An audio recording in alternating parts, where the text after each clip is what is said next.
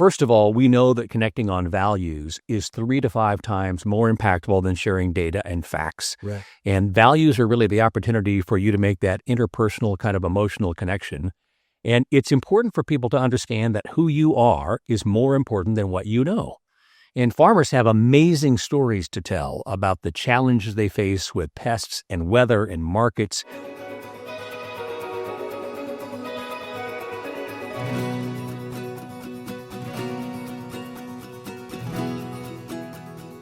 Hello, this is Shane Gray, and I'm here with Illinois Corn TV. I'm a farmer in Central Illinois and serve on the board of directors for the Illinois Corn Growers Association. Today, I have the pleasure of being joined by Charlie Arnot, the CEO for the Center of Food Integrity. Charlie, how are you doing today? Shane, I'm doing very well. Thanks so much for the opportunity to be here. Glad to have you.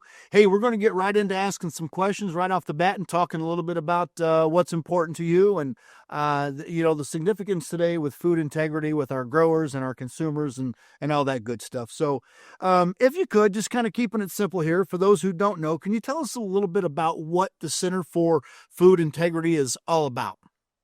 Yeah, great question, Shane. So our sole mission is to help the food system build trust, right? We are committed to helping organizations like Illinois Corn build trust with consumers, build trust with your other stakeholders.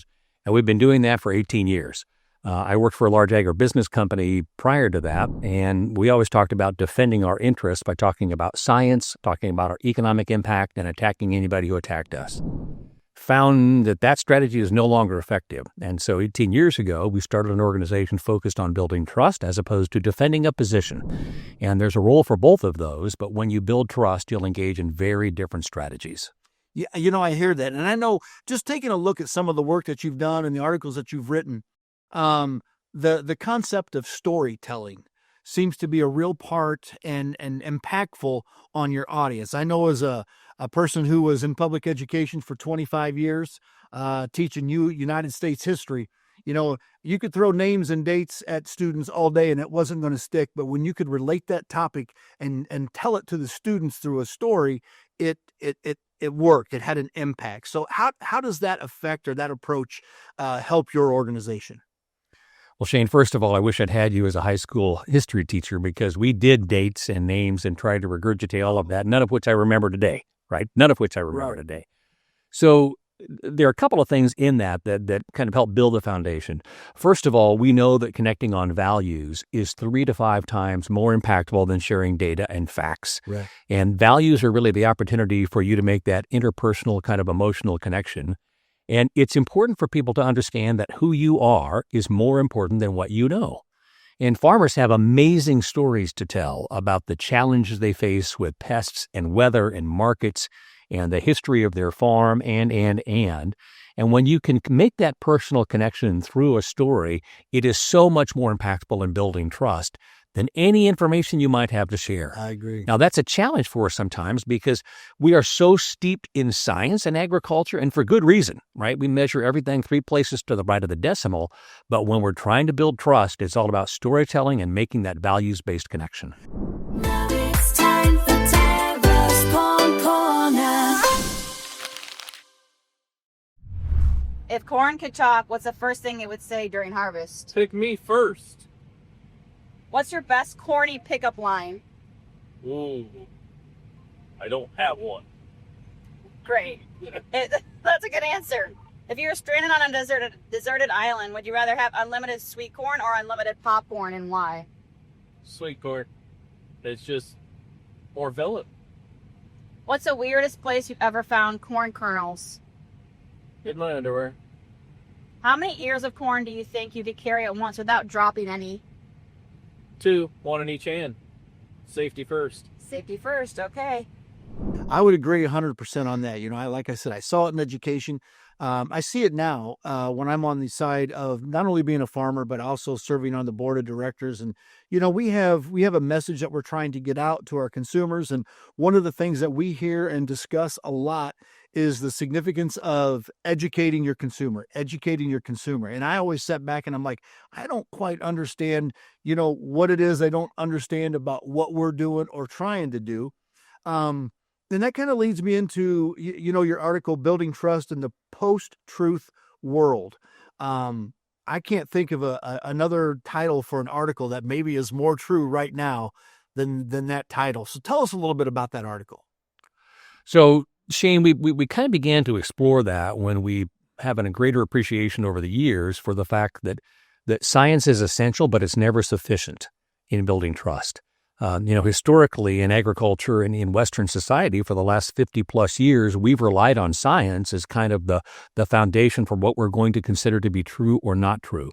But truth is a social construct. We have to agree as a society what's going to constitute truth.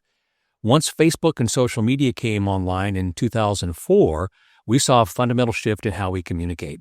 Where we used to have ABC, NBC, and CBS, and we had a common understanding of what the issues are that were important to us, and we're going to make our decisions based on evidence and science, that's now turned completely upside down. So rather than having the middle of the bell curve that we're trying to engage with, we have this infinite proliferation of microcultures.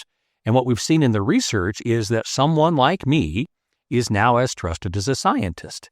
And people look to that someone like me within their social media or in other places where they can make that values-based or emotional connection, and then that person gets to decide what is true for that group of people. So we live in this environment where truth has almost become personalized, where we don't agree as a society that science or facts will any longer be the foundation of truth. That creates real challenges. But it also creates opportunity, Shane, because that's where the power of storytelling comes into play. Because being able to tell those compelling stories now gives you the opportunity to define what is true in agriculture and specifically for corn farmers in Illinois. Yeah, I agree, and that whole concept can fit on about any construct that we decide to go through in society, not just agriculture. You see a lot of that anymore. What do you think with today's technology, as far as the technology involved in agriculture, the technology you were talking about as far as social media, our access to information or news or whatever we want to call it?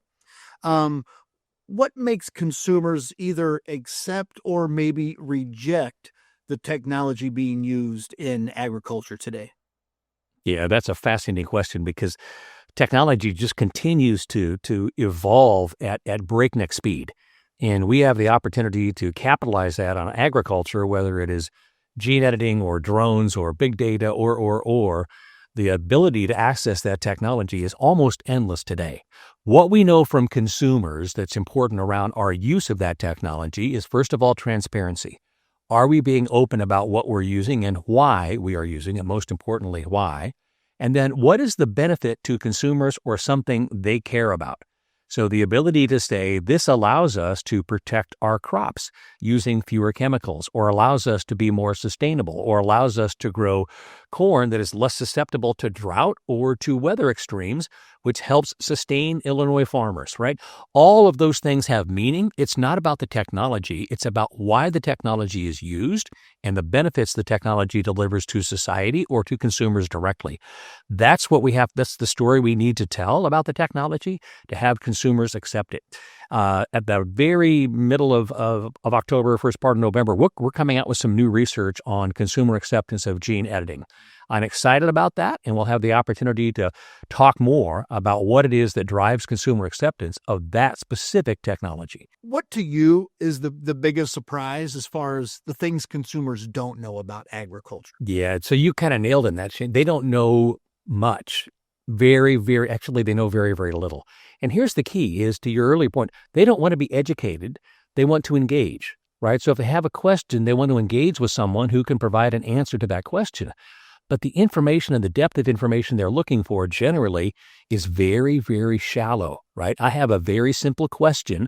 I'm not questioning the history of farming or GMOs or this or that or the other thing. I just want you to tell me, so how much water does it take to grow a bushel of corn, right? I have a very simple question. Oftentimes we assume that people have a lot more concerning questions, or their questions are going to be more challenging, when in fact 90% of the time they're pretty basic. Right. And they're just looking for a credible source to help them understand the answer to this specific question. That's a great opportunity for us to be that credible resource that they can rely on and that they will go to, or factual information about farming that we share in a way that is part of a great story and connects on their value. If you could leave one message for both farmers and consumers about trust in the food system, what would it be? Listen 3 times more than you speak. It's really about having the opportunity to listen and understand that opportunity to connect based on values and then engage in the conversation. Hey, we have to move to part 2 of our program here, but you can't leave All yet right. because you've got to share in this corny joke here. Part 2 is All what right, we let's call do it. not to be corny, but it's pretty corny when it comes to our corn joke of the day here. So I'm here ready. we go. Why did the mussel bring protein to the party? Why did the mussel bring protein to the party? I don't know, Shane. Why? Well, because protein helps build things up, and it didn't want the vibes to break down. Could it get any more corny than that? Ooh, yeah, that's pretty dismal. That's got to be close to the top of corny jokes, That's or the bottom, depending upon where your scale is. That's right? true, but to me that was pretty bad. I hate thinking that I had to be the one to read that. So good for anyway, you. Charlie, thanks for your time, and thanks for hopefully enlightening our viewers, and just let them know a little bit about the importance of trust, communication when it comes to agriculture and its consumers or any part of society today. Shane, it's been my great pleasure. I hope you the very best. Hope you have a great harvest season and that 2026 is a good year for all the farmers in Illinois. Okay, thank you very much, Charlie. Appreciate it.